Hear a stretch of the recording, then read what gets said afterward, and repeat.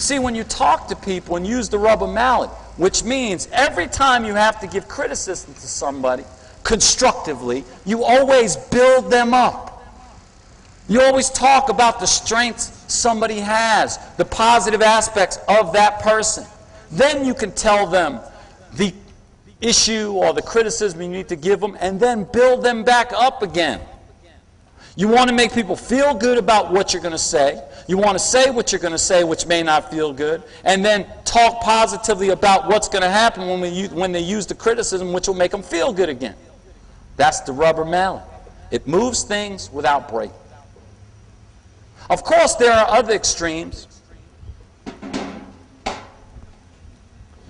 We have the people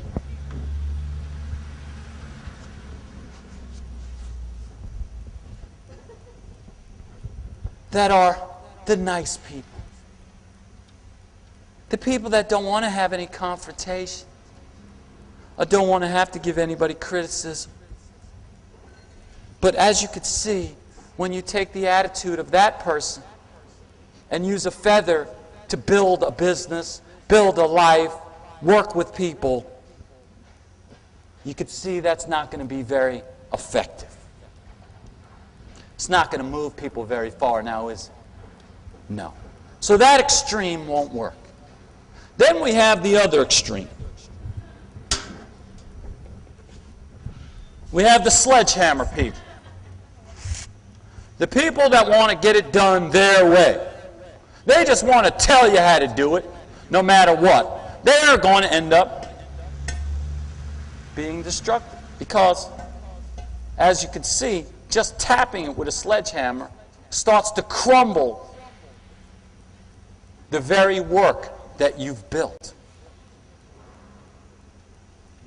When you're making a point to somebody and you're trying to build somebody up, because not only are you responsible for your own life and what you're building and what you're constructing, but you're responsible if you're going to have a team of people, you're going to have an organization that you're building. You're trying to build a skyscraper which is built of thousands of thousands of thousands of people. And in order for you to do that, you've got to build people. You have to construct people. And the way to get your point across is not by using a sledgehammer. Now, of course, like with anything, there are exceptions.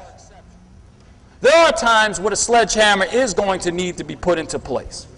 I'll give you an example.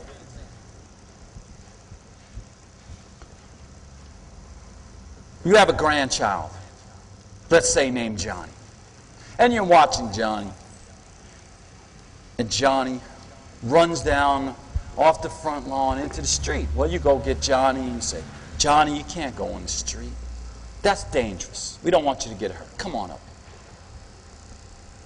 See, that's being nice. That's probably like using the feather a little bit. And then little Johnny goes out and does it again and runs in the street. And you go after him and say, Johnny, didn't I tell you? You cannot go on the street because you're a great kid and you're fun-loving and all that. But if you run the street, you could get hurt. And we don't want you to get hurt. So come on up. And then little Johnny runs out in the street again. And you say, Johnny, didn't I tell you? You cannot run the street. See, it gets a little harder, right? And Johnny runs out in the street again, and you get to the street, you go. And Johnny goes, I ain't going to the street no more.